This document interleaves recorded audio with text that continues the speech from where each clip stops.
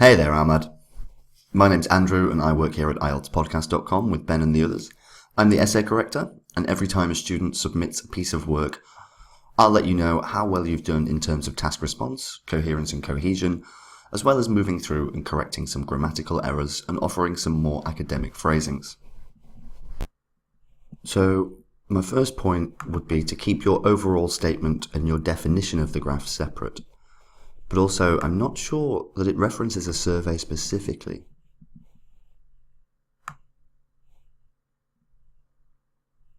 But what we could say is the bar chart illustrates the sum of pet owners as measured by the World Health Organization in 6 countries between 1990 and 98. That works. Overall is one word. So overall, it can be seen that Scotland had the highest number of, let's say, domesticated animal owners, just to be specific, over the examined years. Cool. Also, I would have, in the overall statement here, I would have talked about how the numbers across all countries fluctuated throughout the period. We get higher marks in IELTS Task 2 by talking about trends, so changes over time. So here, it would have been good to discuss the fact that the data fluctuates over time. There is no defined trend, nothing increases or decreases clearly throughout the period, but it does fluctuate. Changes in each direction over time. So to begin, I would say to begin with, in 1990, both Canada and England had almost the same number of, if we say owners alone, it doesn't quite refer to what we're talking about. So we could even say keepers of pets. And it would be at approximately 150,000. Now what I would say is to stick to the number convention, which is to use a comma after every 1,000, like this. And then stay consistent with your units of measurement. So we're supposed to vary our language throughout to keep it from being repetitive, but with numbers and units of measurement, we stay consistent. So again here,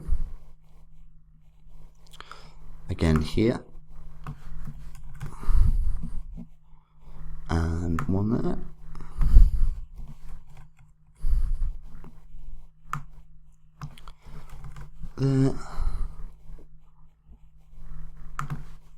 There, I believe that's that.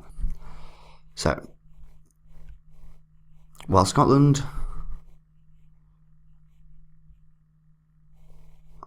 this should be a comma, if you want to use while in this sense. So to begin with, in 1990, both Canada and England had almost the same number of keepers of pets at approximately 150,000, while Scotland had slightly fewer than 200,000. In the following year, these 3 nations, because we're talking about the ones we've just mentioned, these 3 nations, or we should say the figures for these 3 nations had risen significantly.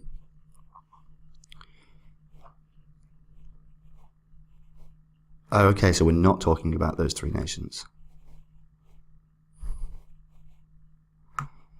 So we should say the figures for Wales, Canada, and America had risen significantly.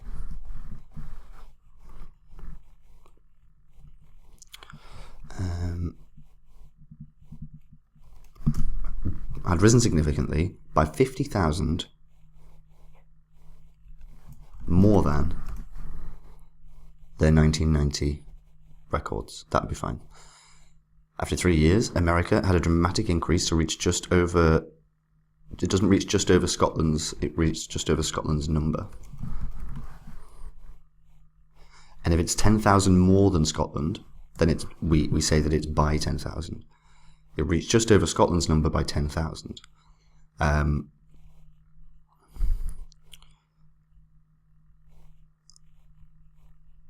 However, in the next year, and here we could actually use a semicolon. However, in the next year, it fell to last place, so there should be a comma there as well. Fell to last place with just under 50,000. Moreover, Scotland was first in that year.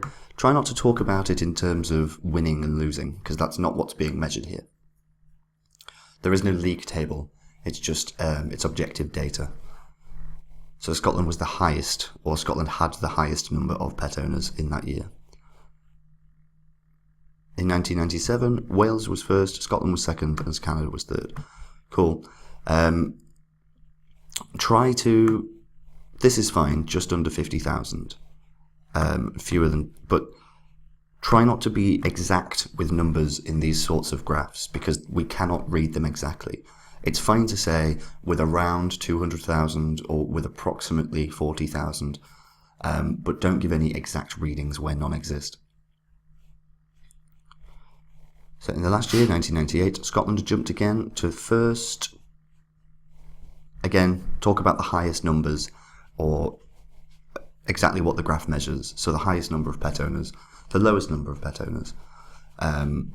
Because if we start talking about who's in first place and who's in second place, it makes it sound as if it's a league table, and it's not. And again, similar with while, if you want to use whereas, it's after a comma in the second clause. Whereas America and Canada fell into second place, but once again, no league table language. So this is good. What you've done is essentially measured the data over time for each country. But what we need really is a discussion of trends here, and maybe a discussion of who fluctuated the most, so which country changed the most, which countries remained relatively stable, which were the highest overall, which maybe started out higher but ended up lower. We need to extract information from the graph, and only from the graph. We must never add any extra information ourselves. So yeah, you were right here to define the graph, to give a summary, and then go into the details. But I would like to see a little bit more discussion of complex trends than just reading out the numbers. But if you would like to continue receiving these sorts of corrections, you can subscribe to our sentence guide course, the link to which is on this very page you're staring at right now.